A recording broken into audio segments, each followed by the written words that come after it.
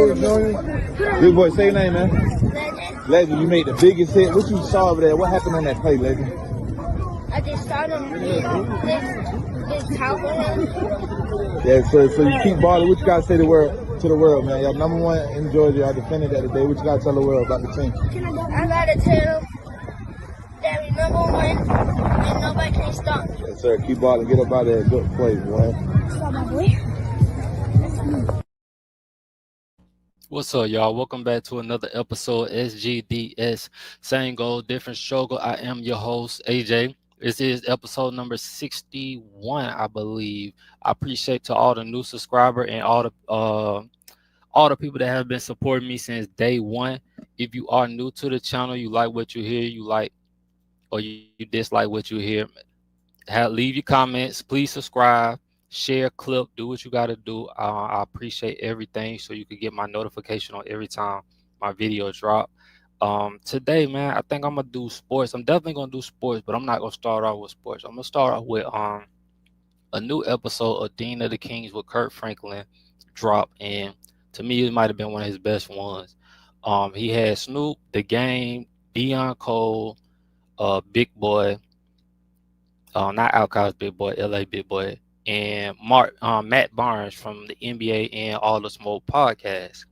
And they spoke on a couple of different topics. I am gonna put the link to the whole video, to the whole episode on my description. But I did clip out a few videos, as I always do, that to me that I feel like I would just like to touch on real quick. So I'm gonna play this first one, and then we'll just go from there. Dude, like back in the days when we were growing up, if your mom or somebody, you made a mistake, you made the mistake. Now, each and every person that's sitting here, we probably saw something about us on social media, either the way that we look, parent. It's always somebody inserting themselves into your private lives. Is it different now that social media plays a part? Like, I know about your situation. We had private conversations, but social media now as well. Everybody's in your business. Gift and the curse. Yeah, the gift and the curse. I don't really like pay attention. I mean, I pay. You do be on social media, nigga. I watch you on that DJ roller skating. Like people talking like stuff about you or whatever. Like you see it, and it ain't nothing you can do about it. The thing about now, because I saw you wearing an outfit. I thought you killed it. It was some flare pants, and they got you. Yeah, they burnt me, torched me. What happened? To smithereens. Damn, what happened? For them pants, I had this Gucci bell-bottom suit that I wore, right? And that white boy from One Direction, I forgot his name, he had the same suit on, right? Was praised in GQ magazine and everything, right? I put it on, and woo, they was like, this but that's the gay mother. Yeah, Jay. It wasn't enough. It wasn't enough of something. I have a question, even with that, big boy. How do y'all feel that all of that, because when you do have to pay attention, even when you're not trying to pay attention, you know, like it's almost like being in a room that you may not be doing something in, but whoever's doing something in the room, you know, you still become impacted by it, right? How do you think that is affecting us as black men when it comes to our mental health? Always even having to downplay what somebody's saying about you, or trying to fight yourself to not lean into it or worry about it. You know, think about it, man. You know, like life is already hard enough. Yeah, but look, black people are so hard on black people. It's like, wow, it blows my mind sometimes. Why do we already know what we're going through, just in America, but we add stress to like we so hard on each other, man. It's ridiculous. I don't worry, and I can't speak for everyone. I don't worry about us because we're set in our ways. We've been through so much. The shit bounces. I worry about our kids. Yeah.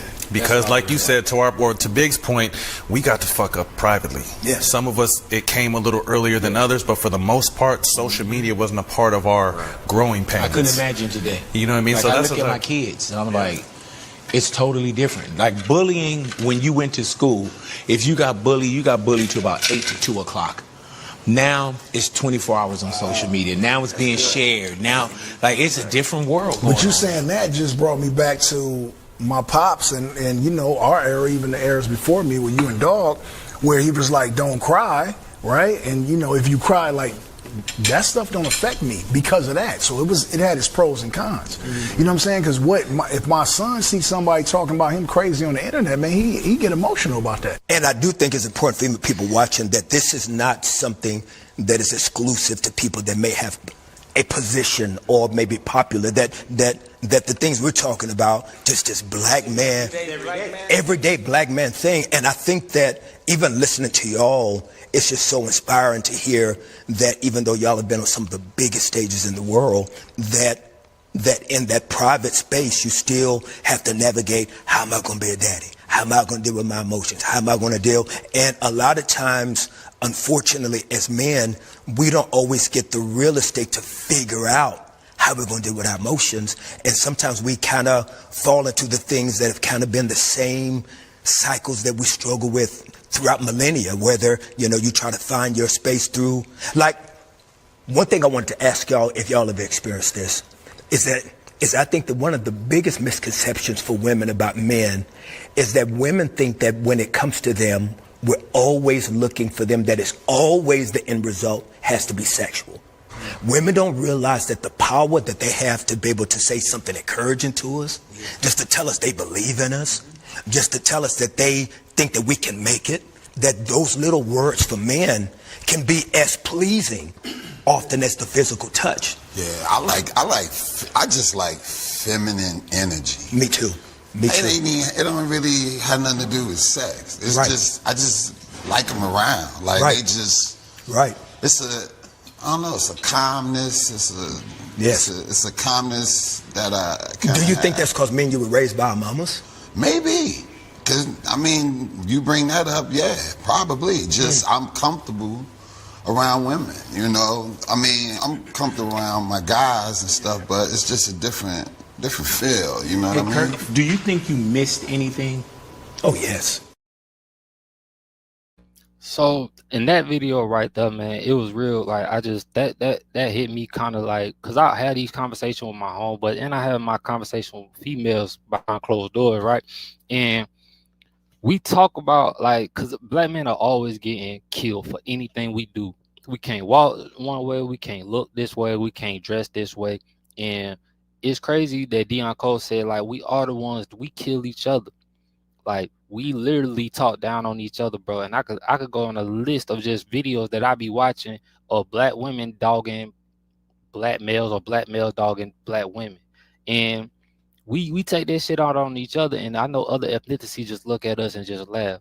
We don't even fucking support each other, bro. We don't support each other. We always trying to scam somebody. Like the love ain't real when it comes to black people. And that right now is something that I'm going through with just trying to understand like how, like just understanding the new me, like how I want to deal with people now. You feel me? Like I really don't want to be around nobody. And then what Kirk Franklin said was something true. Like it ain't always about sex. Like I've been having that problem with females, just understanding how what I'm going through. Like my emotions are like everywhere. So one moment I might want to hug, 5 minutes later I might not want to hug. Some people say that's just my zodiac sign. I mean, it can add to that, but to me, like right now, what I'm going through is just something different, and my emotions are all over the place. And when I see something that I want, I will go after it. Like I'm not a chaser. Like I don't see no leader really chasing no female. But as a black man, I want to know when I do meet my significant other that she understand that this ain't always about sex. Like the affection that I want for you could come in different type of ways. It could just come from the words you say, or just the different, like, you know, it could be just a hug on the back or a pat on the back. It could be just, you know what I mean, how's your day going? Just showing that the ethnicity that you care about a brother, like stuff like that. Now, sometimes as men, we take that stuff for granted and we use it for our own reasons to build whatever, bro. Like I'm at the age now, and I'm gonna get some other videos that 2 more videos that I'm gonna play that they was talking about just being older now. Like I'm 35, they a lot older than me, but I feel like at 35 I'm right where they at when it comes to the mental, because when I'm listening to shit like this, I'm like, damn, they 40, 45, and they just getting everything that I already know. Like, what's the difference between love and sex? And I'm at 35. I'll be 35 Friday, right? But I'm still learning what real love is from a female, a woman, because I feel like I never had that.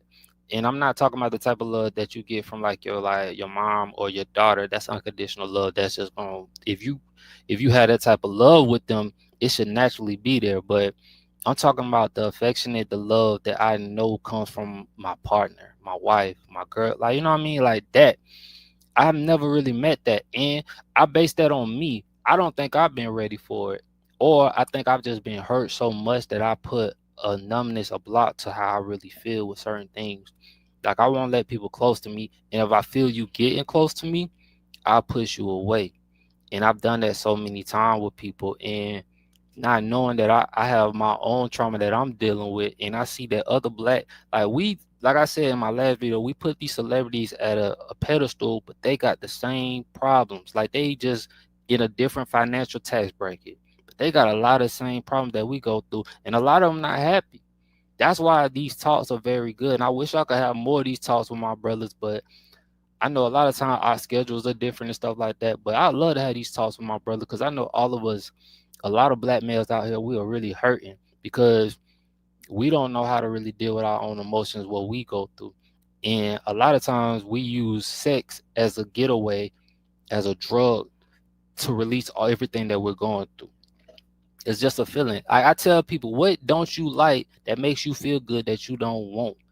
So whatever makes you feel good, I'm pretty sure that that's something that you're going to want. Now, it might not be something that you need, but we literally, we're humans. We all got stuff that we want and need. And I just think sometimes, man, as black men, we get criticized and we get looked at as predators or just stupid ass shit because of like our natural who we are. Now, some of y'all are nasty ass predators, and some of y'all are full of shit. A lot of black men run manipulating game, and I've said that before. And some females fall for it, and some don't. Some are smart enough to understand that this nigga is just running game. But when you're at a stage of life where in a game, like on the next video or one of these video games talked about this, when you know somebody's invested in you, and you get to a certain point in life where you're not trying to play with people's feelings, like you actually give a fuck about people's feelings, it hits a little different. I'm at that point because it actually was. It's been females that I could have smashed and dipped out on, or I could have smashed or whatever, and I seen, like, we have a conversation. I know what you're going through. I wouldn't even do that to you. Like, I've cut off so many females because I know my intentions might not be as what it should be. I might be so like I'm just going through the motion that I really need to take some time to myself. I don't need to be fucking you and trying to satisfy my own benefit and need, and trying to just take my mind off shit that I should be working on myself, not using you. Like, I don't never want to feel used, and I don't want to use nobody, even though I feel like we're in this world and everybody gets used, where everybody's going to get used in some type of way. What I mean use is, in my words, just in the definition of you just using me to help benefit you and your needs to build yourself back up. You feel me? Like, somebody just using you, trying to find ways that, you know, people that do dirty stuff and like to use you in that way, bro, like, you need to stay the fuck away from them. And I know it sounds like I'm just everywhere right now because my mind, like, I just had a situation happen a few minutes ago. So when I be doing this, I be really going through a lot. Like, I really be trying to keep steady with this shit and going, but I be going through a lot. So a lot of times, y'all be patient with me when there's certain stuff, because I might be going all off topic. I'm still working on a lot of things. I don't know, bro. Like, let me get to the next video, man. I'm gonna get back to what I was talking about, but I'm gonna get to this next video. From that platform, you know what I'm saying? Because you provide counsel, you provide a brotherhood, you know what I'm saying? So it's like you can take from that. So between that and, you know, as your boys, you know, get older and older and older, you know, like, you can just tap into that. It's just like with me. I was told, if you cry, what's gonna happen after that? So for me, I tell my kids, look, have your moment. How long you need? I ask them, I talk to them in real time, how long you need? And then they start thinking about it. Well, damn, how long do I want to be crying before I receive this assistance? My daughter may be like, I need a day. Take a day, get your emotions off. Tomorrow we not doing no crying. Tomorrow we not doing no crying. Yeah, because I need both. I need you to have both. Get it all out, so then we can have a real conversation. Because I can't sit there and advise you while you huffing and puffing. Because we're not going to get anywhere like that. And that's just not how I parent. But I do parent wholeheartedly. I want you to get all your emotions out. Don't hide nothing from me. Well, I tell my daughter, she's 15. If it's a guy you like, I want to know his name. I want to talk to him, and I want to guide you through that, and I want to make sure that his parents know to guide him through that. So if y'all, like each other, she only allowed to like. We can't use the boyfriend word yet. I told her, look, I said, hey, once you get to 12th grade and it's time to start talking about prom and all that, then we can, you can introduce me to Jake or Jack or whoever it is, But right now, focus on school. If you like a boy, y'all go to the Orange County Fair and chill and all that. If I meet the parents, but I say all that to say, I just want my kids to love and trust me. I don't want there to be any secrets with me and my parenthood. That's not, because I couldn't get those emotions off. My mom was tough, my daddy was tough. And my mom was from Hoover, my daddy was from Nutty Block, and they was both crippin', and you couldn't. Those are gangs. Oh, yeah. Right. What chapters? Hold on. What chapter? What chapter? I like those. They don't sell those anymore. Those little Nutty Blocks. Well, God rest my father's soul. I couldn't go lean on him. It was a brick wall. And then, if I thought I was about to go cry on my mama's shoulder, she was like, nah. Still to this day. She was even harder. My mama harder than my dad to this day. How did you feel, Dion, the first time you ever showed that level of emotion around a woman in your life and she made you feel covered? Did she make you feel covered, or did you feel weak in front of her? I think she made me feel weak. She was like, I think I confessed my love to this girl a long time ago. I was like nervous and really like, man, I really like you. And she was like, just looking at me like, what you shaking for and shit? Like,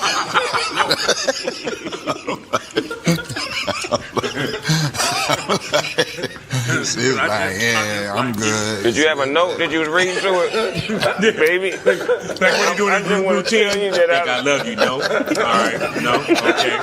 I just want to say sorry now if I laugh and you say some serious shit and I laugh. Because I just know watching you, some funny shit is coming. Is it hard to be serious? You know how some people, we're so used to seeing you laugh and be the icebreaker and be the comic relief. Does it throw people off? Because I get it sometimes. With what I do, I get people that'll say, man, are you all right? If I'm quiet, because they're so used to my radio show and being funny and all that kind of stuff. No, I let down a lot of people. Yeah. They meet. No, for real. They meet me and I'm just quiet. And they just be like, why you ain't throwing no pies in your face? And why you ain't acting silly? And it's like, nah. See, when it comes to comedy, well, at least with me learning is what my whole material is about. If I'm too busy talking, I can't learn. And I'd rather shut up, learn people's worlds, learn what they going through, what they doing. And there might be something in there that I can talk about on stage or whatever. But if I'm too busy cracking jokes and shit, then I'm not learning. So I let down a lot of people. They'll come around and they just go, why are you so serious? And I'll be like, I'm not, I'm just chilling. You know what I want to ask him, big boy, and I can ask you as well, or just any of y'all, is for him to show his emotion for the first time to a girl and to be vulnerable like that, and it didn't turn out the best way. Sometimes I wonder, do women understand the type of power that they can either give us or take from us when we show these moments of vulnerability and they don't know how to respond to it? Sometimes, like when I was in my 20s and my 30s, it was just an exchange. You know what I'm saying? It was, hey, I'm giving you this, we having our moment, and then I'm gonna get back to my life, you get back to yours. No emotions because you're young. Everybody got their whole life ahead of them. When you get in your 40s, man, you start feeling like you womanizing and I'm taking emotions home with me, or she's taking emotions out the door with her. If you are, living that type of lifestyle, and I'm like not sleeping good after that, because I feel like I had no pure intentions for this person, and this person is also late, 30s or mid 30s, and they got a life, and so like when you got when you're young and you're dealing with a young woman, ain't nobody tripping. It's all good. But when you're older and you know that woman has trauma from her past relationship and all of that, and dinner is cool, going out on a date is cool, but then once you start getting intimate with people and you know for sure that they are invested in you even a little bit, and you have no, you ain't talking to this person after tomorrow, man. You carry like, you start feeling it. Shit you didn't care about before, or feelings you never even thought or worried about. It's crazy. And then we don't. And then guess what? We don't even talk. We don't have nobody to talk to that about. So we got to. And I get mad at. I'm Who getting can mad. you talk to? Yeah. Who can you be vulnerable with? Well, like if I just took advantage of someone's emotions, right? And Matt is my boy, and he did the same thing a week ago. We ain't talking about that. We like, what's up, bro? Looking good. What if Matt is feeling the same feeling, and maybe you saying, and again, I'm talking hypothetically. I don't know, but So, man, that's the clip that I really wanted to speak on. So that to me was some real shit, because a lot of time we don't talk about what we going through, and like situations of now that we're older now, we might not think how we used to think in our 20s or in our teens or whatever. We taking things a little serious now, and we starting to care a little bit more. But we've grown up to not really talk about our feelings. And the problem I have is what game, or what they really was touching on, is just being vulnerable to a woman, especially a black woman. It's a scary situation to be vulnerable to a black woman, because you don't know when she could use them goddamn whatever you had told her. You don't know when she's gonna ever use that shit against you. And then what I've been through, I've had my karma thrown back at me, what I've told somebody, and I've done it too. Like I've said some mean shit. I get real personal. So I can't really speak on that as far as like play double advocate with that shit. But what I can say is, at this age where I'm at now, I'm not, if you tell me something, I'm not finna use that shit against you, even if we get on bad terms or not. And if you feel comfortable talking to me, I take that as like really, really something special, because a lot of people don't have nobody to talk to. I used to wonder all the time, why do people feel comfortable talking to me about their problems or just personal stuff? Because I'd be like, I can't really trust nobody to talk to about that but my bros. You know what I mean? Especially like with a female, I don't expect no female no more to talk about how I feel. And I think that's really a problem for black males. Like, we really have nobody out here that we feel like we can go talk to, even if we go talk to a therapist. A lot of times we feel like that's not gonna help us, because you can't really relate to what I'm going through. Some can, some can't. But that's a lot of time why black males don't go. Black males have problems talking to therapists. We have problems going to the doctor. We have problems opening up. A lot of times we just come from an environment where we've been taught, just like Gang was talking about, his dad and mom taught him not to cry. I was taught that, like, males don't cry. We can't cry, this, and that. So I knew that shit fucked me up inside. Not being able to cry, like, or whatever. And I think it didn't even come from my mom's. Like, it was just really just me being around where I grew up, and like I said, how we was raised. I mean, shit, me and my bros now, like, where we grew up, like, you couldn't be soft in our neighborhood, and I was the baby. You feel me? So I always was in some shit. And as I grew older, I became the man I am now. But it took me a while to really become, and I got damaged a lot from all the shit I went through. I went through a stage where I wouldn't open up to nobody.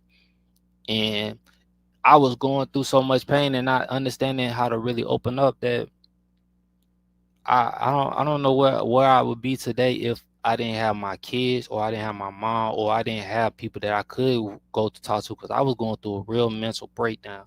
And I didn't have a partner by my side. Like I said, us black men, when we leave into this world, bro, we deal with a lot, and we carry a lot on our shoulders. That's not to say that a black woman doesn't either, because she does as well. But when we can't come home to like peace, and either we gotta be at home with our woman that's want to argue, we got a woman that want to argue. Now some people like toxic shit. I'm not a toxic person. Some people get off on being toxic. Like I know Gang was talking about sir like watching pornos and stuff. I got a collection of pornos on my phone right now. You feel me? And it's like I think I got like that was my like I would say I might have an addiction. I don't give a fuck. Because I rather have that addiction than be out here back out here fucking around like how I used to be moving. Like I don't want to move like that no more. Like it don't do nothing for me. I don't really have the energy for that, and I don't want no more soul ties tied to me. So that's a bigger problem for me. Like right now that I'm just going through. But I have my days where I want to be outside again and stuff, y'all. You feel me? Like I want to be fucking around doing I do. I have my moments. You feel me? But I understand self-discipline on something that wasn't taught to me, wasn't really given to me. Man, once you like, and I say this too for guys that can just pull females without having to do certain things. Like now, niggas just use their money to pull females. Back in like where I grew up, you actually had to be able to talk. You actually had to have game. You feel me? Like, and some niggas didn't even have to really have game. Like if you was attractive, females was just gonna come to you. So it's a different type of. Everybody go through different type of things, but everybody can't handle what they are put in or what they might go through. A lot of us can't take the pressure of being able to how can I rephrase that? I don't even want to say pressure. A lot of us don't want to hurt the other person's feelings. So a lot of times we might not, men, especially men, we won't be honest. Like I tell y'all, men will lie before they tell the truth about what they really want. A man will lie to you about what he really wants instead of that. I've had so many females be like, why won't niggas just be honest with me and tell me what you really want? A lot of niggas just feel like they got to beat around the bush to give you what you want, or you won't do it. Now, I will speak on this real quick. Women, black women exactly, but I just speak women. As I get older now, and I was talking to an old dude the Saturday night, and the story was when I picked him up, he went out with this girl that he just whatever had met, and she brought her friends, and she was just ordering drinks on that man's tab, y'all, ordering them, and he didn't even get none. He was just so fucked up. He was just talking to me, and I was just like, now I understand why niggas trip. Like I've been understanding it, but now I really understand why niggas trip. Like why niggas just go ahead and pay for the pussy, because the shit you literally have to go through to get pussy, if that's your aim and goal, is a lot, probably gonna pay you, it's gonna be a lot more than what you probably would if you just give her the money up front. And I get it. A lot of niggas don't want to do that. A lot of niggas ain't got game. A lot of niggas don't want to have the time to really be trying to figure all this shit out, all the emotion, all the shit you going through. Some niggas just want the pussy and just be it. And a lot of niggas don't know how to say that shit. Understandable. So they use their money. I work so fucking hard, bro. I just, like I said, bro, I'm not finna just spend my money on no pussy, but I get it. Because a lot of times now it's just a fucking game with everybody about like ain't nobody serious about nothing. So if you know that's what you want, I get it and I respect it. But female, stop running this manipulating game, because half y'all know all y'all want is the money too. All y'all don't want to be in a relationship. I know more females that tell me they rather be single, they gonna die single, they don't even want to deal with the bullshit. And I get it. You've been through a lot, mind you. You might have chose these niggas and still stayed with them. Like I know a lot of females that choose a fuck up nigga, like a fuck nigga over a good nigga, because the good nigga's too nice, this or that, and they want a fuck nigga that it just be all types of bullshit, and nobody holds nobody accountable. But I'm gonna get into this last video of the Dean of Kings. I'm just glad. I'm gonna be real with y'all real quick. Kirk Franklin has done an excellent job with this podcast, bro. Like I can really watch this shit and really learn something from it. I know a lot of times I could get on here, I could do this whole podcast shit way different if I wanted something else. You feel me? If I wanted to be toxic and do what I wanted to do, I probably have 1 million followers right now. But I ain't really even on that shit right now. I'm trying to do something where it helps. Even if people go back years from now and just watch it, my old videos that I'm doing right now, I hope this shit helps somebody, bro. Because a lot of times we don't have people we could talk to that'll open up, especially in front of a whole bunch of people. A lot of people are not going to do that. So I do this shit, man, for my people, and I'm gonna keep doing it, yo. This is the next video. Disorder is that they said that every child should lay at the breast of their mother, and a child that doesn't give the chance to lay at the breast of their mother has a hard time connecting with things. And so I have a hard time sometimes really going to the deeper level of things, because I was never told, and I'm not trying to play out the violin, because I know Snoop, you said, man, you'll cry quick. I'm like you on that, brother, I'll cry quick. Is that, I was never told that I was going to be something. Like I never was told I was good. I was never told you're going to be something. So I'm always looking for that level of approval and acceptance. And for me, it was very hard for me to differentiate the difference between love and sex. How old were you guys when you got to the place where you were able to understand the difference between love and sex? Before we answer, can you answer that? Reverse Uno. Your son sat down and peed? No, he was a kid. You know, like, yeah. Like, there you go. No, you said you told me. No, you know when you first sit down, you potty train. And then, do you have any kids? You ever say, yeah. So they potty train him first. Yeah. Hey, man, I love how he came back minutes later. Like, he was over there like... And he took a serious moment, too. I just couldn't make that No. Sorry, brother. Oh, don't worry about it, brother. Don't worry about it. This motherfucker. I love that he held on to it like. He was probably sitting there like, nobody gonna ask? And you know, in his defense, man, when you sit down for number two, you get a little off, you know. Man. I'm sorry, go ahead. No, that was good. I think that, man, that is a great question. It's because I think that you... Remember the question, love and sex, when did he realize the difference? When did I really... Well, of course, I've been married for a long time, but I even see how not being whole and understanding a lot, it traveled with me even through my marriage. It did, you know. And then, you know, I... Like, let me tell you how dumb I was, bro, and not having a father or mentor. Like, even in church, I didn't, like just because you're in church, some stuff in church you gotta, like, relearn. Because some stuff you learn, because some stuff is not the good programming, because some stuff is very religious and dogma. So, like, I thought, bro, like, no cap, I thought getting married was even going to help my porn addiction.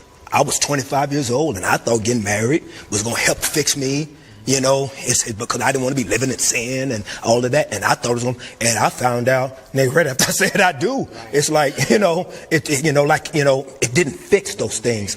So I had to really go through these journeys that I can still find myself on. It's because I'm still trying to divorce the love I never got from my mama, and that everybody becomes a victim of what I didn't have. So this is where it's about to get real. So basically, porn for me, I've never been addicted to porn, but I've used porn to suppress the urge, right? Because if I watch me a good porn, and I come from the, Jake Steve, black cheerleader, number 97. Oh yeah, hey, Jake Steve, Jake Steve. Hey. Can you tell me what y'all talking about? Having no difference. So Jake Steve was a porno star. So what I'm saying is, I found myself as an adult, like, you know what? I'm not gonna cheat on my girl today. I'm just watching porn because I know I'm gonna get my rocks off watching the porn, and then after I watch the porn, not today, man. Come on, man. Hey, Dion, get him. No, but after I watch the porn, get my rocks up, I don't be thinking about no woman.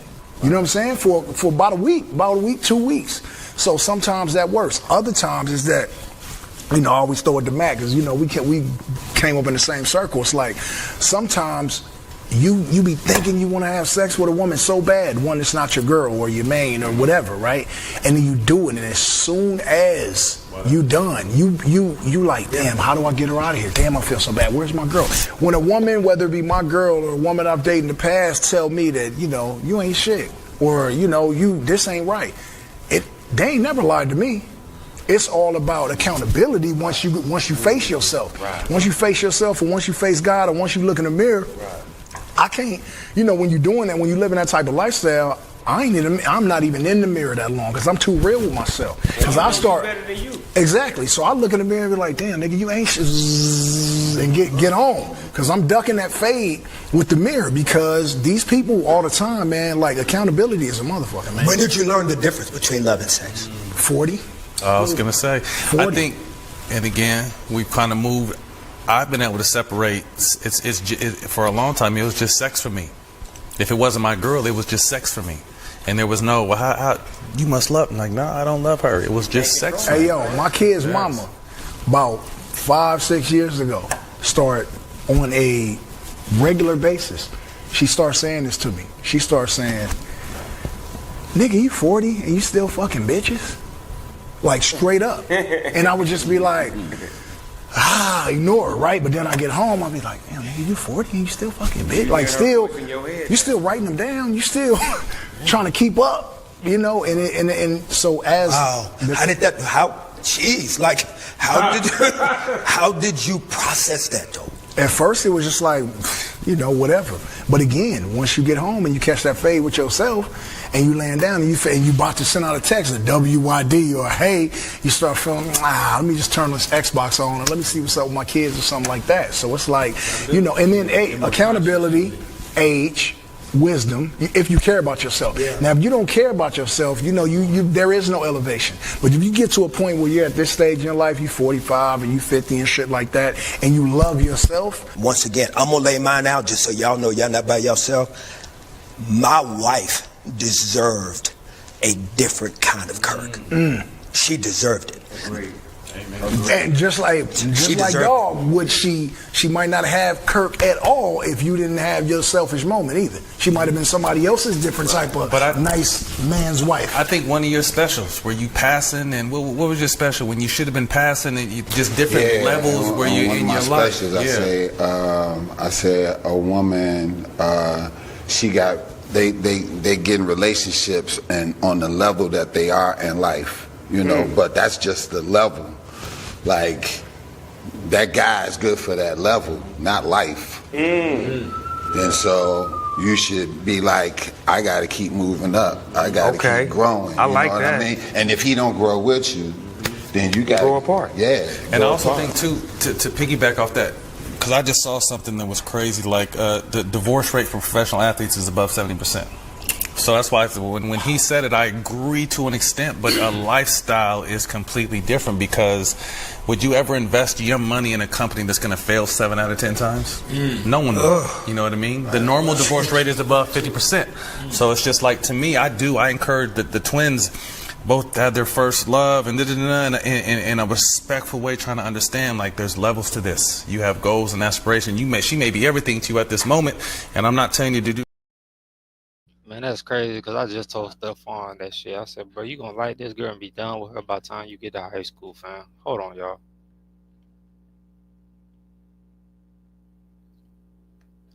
But nah, like, I don't know, bro. Like, I really, man, this was a very good episode, and I ain't really gonna go too much deep into it because I've been on it long enough. But what I'm saying is this, bro.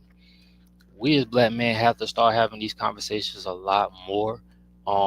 It's good to hear that black men are, a lot of us, going through the same thing that we're feeling, and that we want better for our kids. Like I said, man, everything that I was taught, I do the opposite with my boys as much as I can.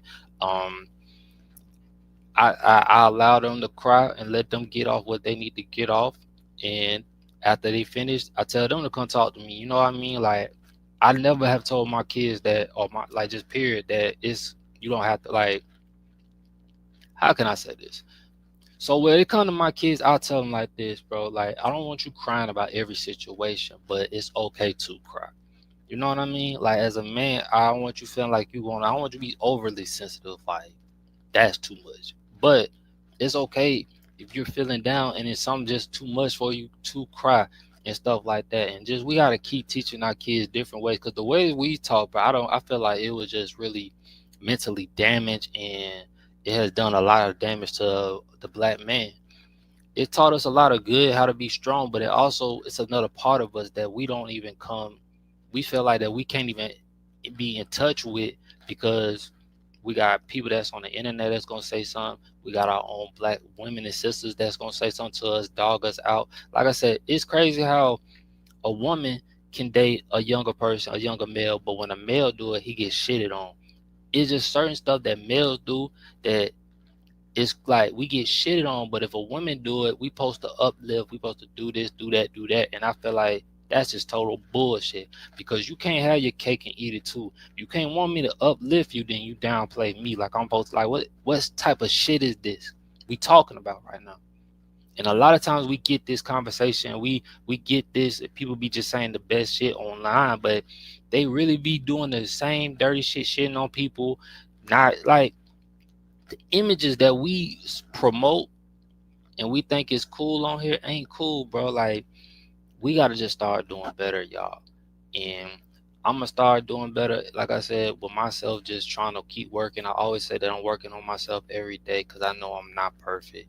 But yeah, y'all, I'm gonna get off this topic, man. I'm gonna put the link in the bio. Might do a follow-up on it with my brothers, but on to the next subject, y'all. We're gonna start with the sports, man. NFL was yesterday, and we have another loss by a sorry ass Falcons. All right, y'all. So I'm gonna play a few videos. This first video, man, it's just crazy, bro. Like I'm playing first video of the game from the Falcons game versus Carolina. So that was a 4th down and 1 play that we had. Caden Ellis, my bro Nate just hit me and said he don't really like Caden Ellis, but I think Caden Ellis has been a real good linebacker for us. Do I think we might keep him? I think he's a free agent this year. Do I think we might keep him? I don't know, man, what the Falcons gonna do. Falcons got a lot of situations they need to fix up and shit like that, man. We blew that game yesterday. We had a chance to win, and we went into overtime. And it's just, to me, bro, it's the same old shit every year, bro. Different year, same results. And it's a shame that we go through this, man. I'm gonna put the play this other. Me and you, JP. That was one run by BJ Robinson. I don't know why the fuck I recorded this shit. By BJ Robinson, one of his touchdowns that he had, man. And I seen a press conference of him at the end of the game, but BJ Robinson, I know is frustrated, bro, and tired. He's tired of this bullshit that he's going through, all this losing. He ain't used to really losing, even though Texas didn't win no championship. But, bro, this is unacceptable. And I think what gets us is we be in the fucking game. A lot of these games we should have won, bro. We have literally given away a lot of these fucking games. And we are the biggest joke of the NFL right now, bro. Like, it's too much talent on this team for this team not to be in a playoff contention, bro, or at the top of our division. It just sucks, bro, that we got to go through this every single year. And to me, Raheem Morris needs to be gone. I don't know what the fuck Arthur Blank is waiting on, but, and shit, Arthur Blank need to be gone, in my opinion, because he suck as a, bro. And I know my bro's going to watch this, bro. I know y'all want a defensive tackle, Nate and Jared, but I want y'all to look at that fucking play right there, bro. Nate Brooks pissed me off so motherfucking bad yesterday. I ain't even know I could want D. Offer back. I ain't even want D. Offer back. Give me Mike Hughes back, because what? I don't even want him. They should have put Kobe Bryant back in and just let me see what the fuck he could do, because he did have a key stop on 3rd and 1. I don't know who made that defensive call or put in that Brooks in. Brooks got burnt one play for a 1st down. Next play, they scored on his ass. Then he was on kick return. This motherfucker got the ball, fumbled. And, bro, he made at least 5 plays, bro, that literally cost us the game, bro. 5. And that was probably number 6 right there, because I don't know what the fuck he was doing with his fucking little self trying to hit somebody with his shoulder. Like, my nigga. And the shit I be seeing, bro, and this shit has a lot to do with just coaching, because they used to leave J.D. Barron in there for a good long time. Don't know why they had him at linebacker when he was fucking up every goddamn thing. Now they doing the same thing with Nathaniel Brooks. You keep these sorry ass players in here for so fucking long, right? And we end up losing the fucking game, bro. Like, he should have kept Kobe in this fucking game, bro, as the cornerback on the other side. But to me, I'm feeling like Kobe must not be all the way ready.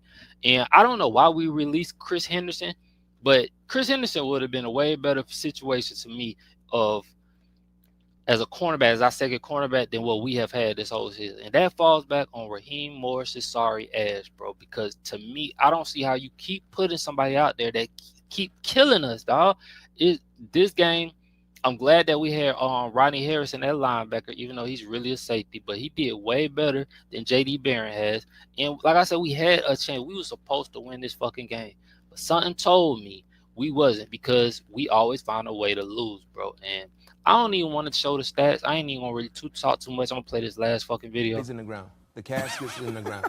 Their season is officially disco dead, and disco has been dead a long time here in our great country, right? Since the 80s, huh? Since the Not in the late Musso household. 70s or the early 80s. That's so long. That was New the Year's death. Day 1980. Facts. That was the death of disco, where the Atlanta Falcons, their season is disco dead, and it's all because of them.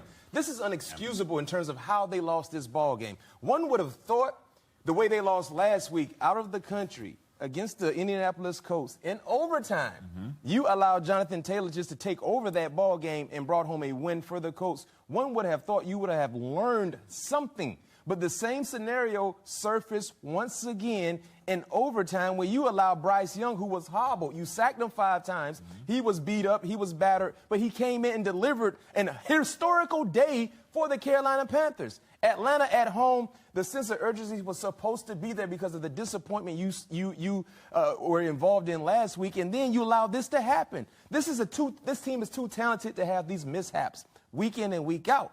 But because of that lapse-minded of play and not being efficient, now your season is over. It's time to get ready for 2026. And when you look at the organizational side of things, who is going to be a part of this organization moving forward because of what had...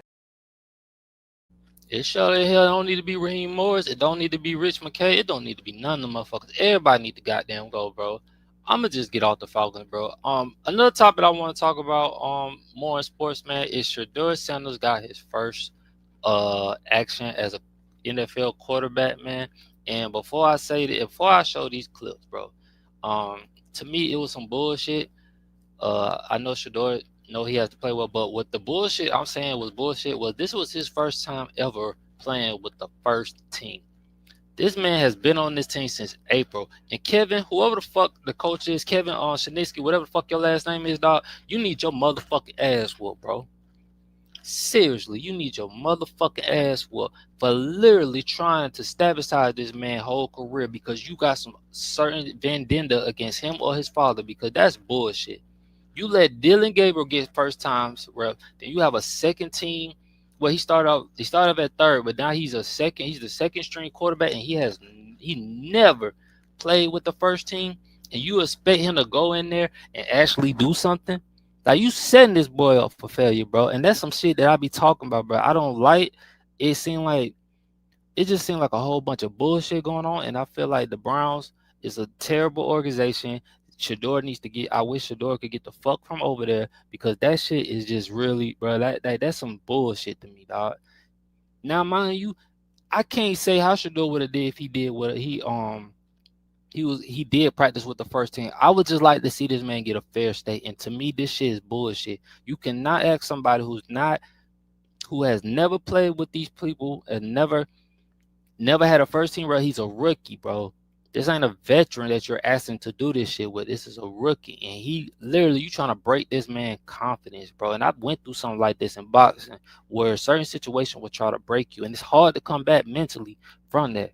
I was watching before I go to the videos, I was watching a documentary or something, and this man was saying why when he's training dogs, he allows them to, he don't discipline them in the first 8 months or whatever, because you don't want to mess up his aggressive attack.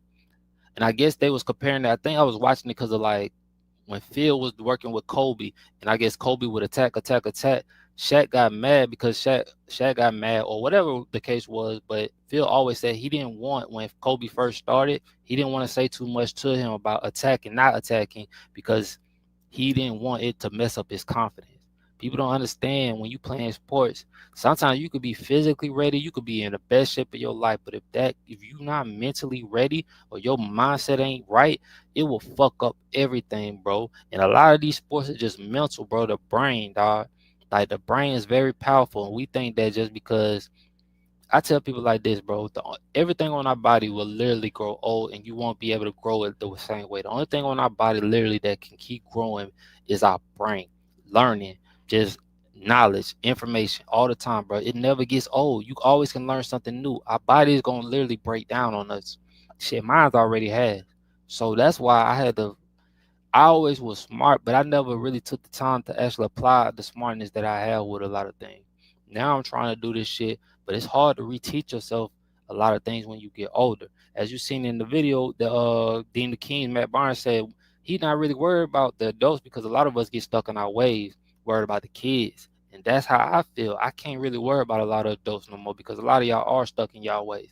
And it stresses me the fuck out because I want to be the one that help everybody, and I can't do that shit.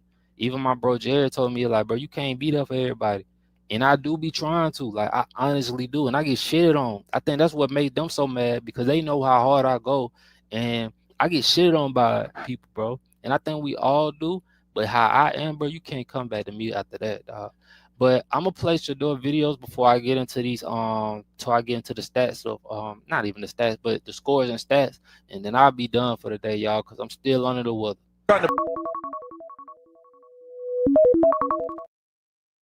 Alright, y'all. Think my thing was messing up by there, my bad, y'all. But as you can see, y'all seen some of the highlights and stuff like that. But and it wasn't too terrible in my eyes for somebody who hasn't had a first team start. I mean, having practiced with the first team, it wasn't as terrible as people made it seem, man. I just think he got to get some time in, some practice in with the first team if they allow him to. I don't know what Daniel Gabriel will he play next week, but I just want to see Shedur up out of the goddamn Cleveland Browns. Let's recap the games for this week, y'all.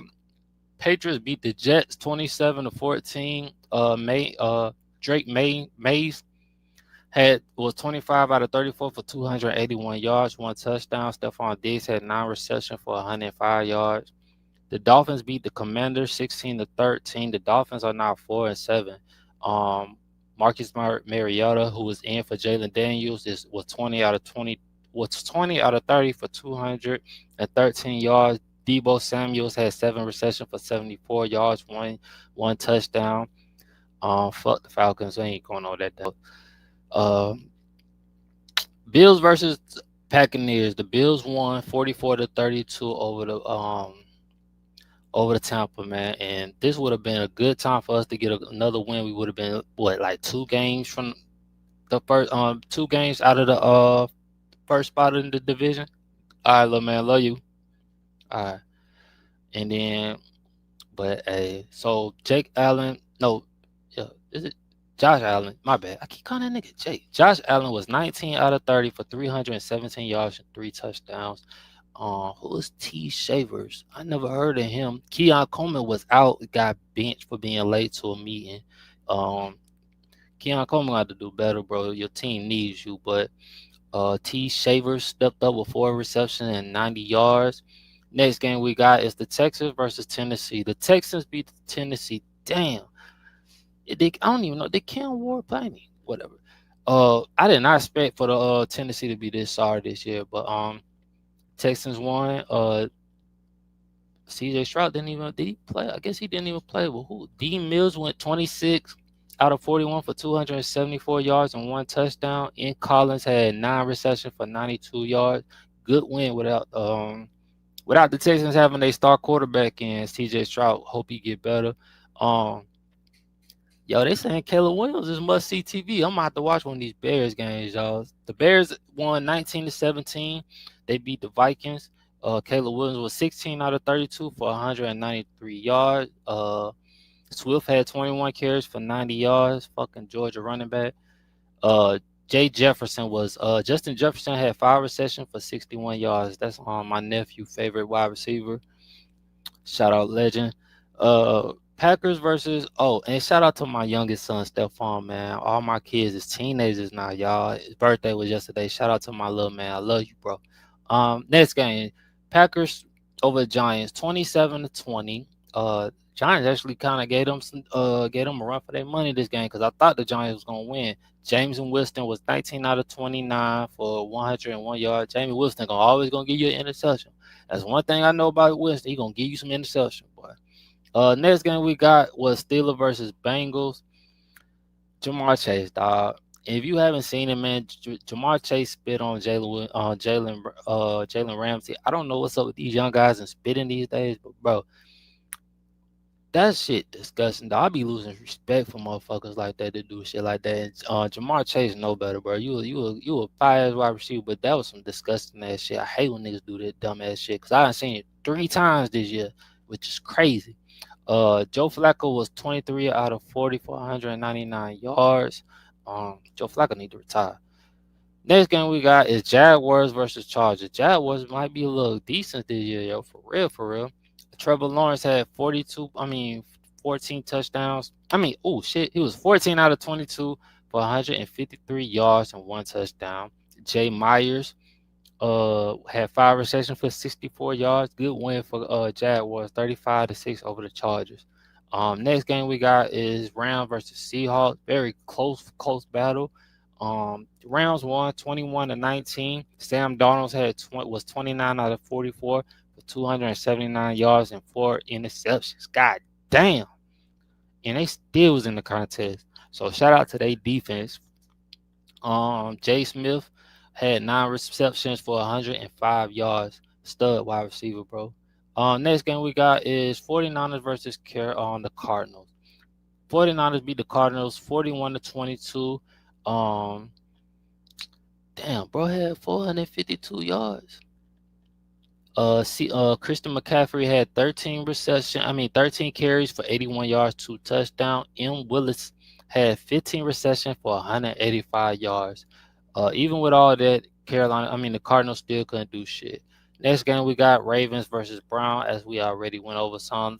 Ravens won 23-16. Lamar Jackson was 14 out of 25 for 193 yards, 2 interceptions. Derrick Henry had 18 carries for 103 yards, and Zeke Flowers had 3 receptions for 78 yards. Next game we got, y'all, is Broncos. Broncos 9-2, y'all. So look like that offense clicked this week, y'all, a little bit. Bo Nix had 24 out of 37 for 295 yards. K Hunt had 13 carries for 59 yards for Kansas City. And Travis Kelce had 9 receptions for 91 yards. This supposed to be Travis Kelce last year, man, and he might not make the playoffs. We're going to see. Still got a lot more games left, but I don't know, y'all. Last game the last game was the Eagles versus the Lions. The Eagles beat the Lions 16-9. Jared Goff was 14 out of 37 for 255 yards. Saquon Barkley had 26 carries for 83 yards, and Jay Gibbs had 5 receptions for 170 yards. I know the Lions have lost a few games, but do not sleep on them. They will be something serious if they made the playoffs. Let's go to. All right, y'all, we can do this. This is my last one. College football. That's last week. All right, y'all. So I think I went over those. How does the Dr. Pepper tuition giveaway help? First game we got Ohio State versus UCLA. Ohio State did win. Jay Slayton was 23 out of 31 for 184 yards and 1 touchdown. Nico didn't play this game, so I ain't even really bother to even watch that game or whatever. Next game we got is Indiana versus Wisconsin. Indiana is looking like a real stud team. I hope they can.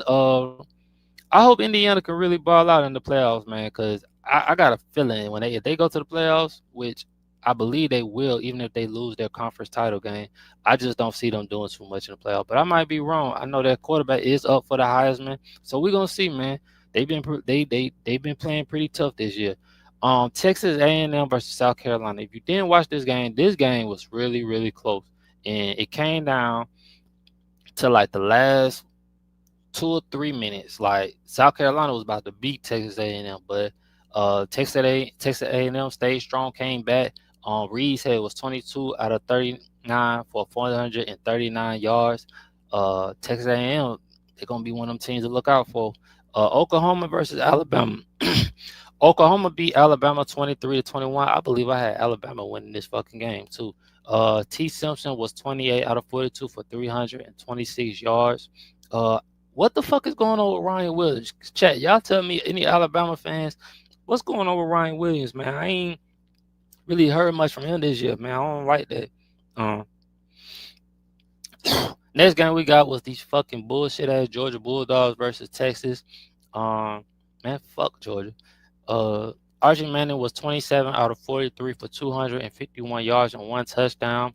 I ain't even gonna read Frazier notes because I don't give a fuck about Georgia. D. Moore Jr. had 5 receptions for 75 yards. Texas, man, I thought y'all was gonna give up a good fight. Y'all get on my nerve letting Georgia beat y'all like that. Texas Tech versus UCF. Texas Tech won 48-9 over UCF. T. Jackson for UCF was 27 out of 33 for 178 yards. C. Douglas had 5 receptions and 90 yards for Texas Tech. Y'all better watch out for Texas Tech. Ole Miss versus Florida. Y'all, I don't know if Lane Kiffin is coming to Florida or not, but I wish he'd stop trolling us because I already having a bad year and this shit don't help me. Florida was up 24-20 and started getting their ass whooped in the goddamn fourth quarter. I ain't even goddamn watch this bullshit because I'm tired of wasting my life and wasting time watching these sorry ass players play, and they really don't want to play. And a lot of time I would blame the coaches, but some of that shit be on these players. Ole Miss won 34-24. I ain't even finna go over their stats. Next game was Notre Dame versus Pittsburgh. Notre Dame won 37-15. Love, bro. This running back right here, cold. And I believe he's gonna be cold in the NFL, bro. Like 23 out of 147 yards. I believe he's gonna be a stud in the NFL. Next game we got is BYU versus TCU. TCU and fell off a little bit. But BYU won 44-13. Next game we got is Utah versus Baylor. Utah won 55-28. Shout out Miami for winning versus North Carolina State 41-7. Carson Beck was 21 out of 27 for 291 yards and 3 touchdowns. I was talking to my bro Nate about this. I hope and pray that Miami find some way to play Georgia and Miami beat the living shit out of Georgia. Like, it'll make I need some type of positivity for this year because all this shit been negative. Next game we got is Georgia Tech, and I went like, my bad. Before I move on, I wouldn't mind seeing Key Marion with the Falcons. 7 receptions for 96 yards. I don't know if he's a senior or not. I think he's a senior, but I wouldn't mind seeing him. He was the Georgia Tech versus Boston College. Georgia Tech came back to win 36-34. King was 26 out of 34 for 371 yards and 1 touchdown. R. Harris for Boston College was 5 receptions for 142 yards. Thank God Georgia Tech won this game because this would have been an embarrassing loss. Next game we got is USC versus Iowa. USC won. Good game. They won 26-21. Look out for USC, man. I don't know if they have really a chance to make the playoff, but you never know. If they keep winning, they might have a chance. Next game we got Michigan versus Northwestern. Underwood been all right this year. 21 out of 32 for 280 yards, 2 interceptions. That wasn't all right, but he does have his team 8-2 this year. As a freshman, to me, that's pretty deep. That's pretty damn good. I want to see what he do versus Ohio State when they play them. Next game we got is Virginia versus Duke. Virginia is having a solid year. I don't remember Virginia being like this probably since Tiki but the Barber brothers was there. In the next game we got is Virginia won 34-17 over Duke. Next game we got is Tennessee versus New Mexico State. Tennessee won 42-9. Next game we got South Florida versus Navy. South Florida was having a good ass year this year, and they just fell off with a few of these losses, man. They was in the playoff contention. Navy won 41-38, and the last game I got is Arizona versus Cincinnati. Cincinnati lost to Arizona 30-24. God damn. All right then, y'all. This is I'm done for the day, man. I'm tired. I appreciate everybody that has tuned in and actually stayed and paid attention, left comments, really fuck with your boy. I think I'm gonna do something about politics tomorrow. They got the Jeffrey Epstein talking about the House might vote for it, the Republicans might vote for it. This is a whole bunch of bullshit I gotta do my research on. But thank you. If you are new, like I said, to the channel and you like what you hear, please click the subscribe button so you can get a notification of my next video. And I'm out, y'all. One.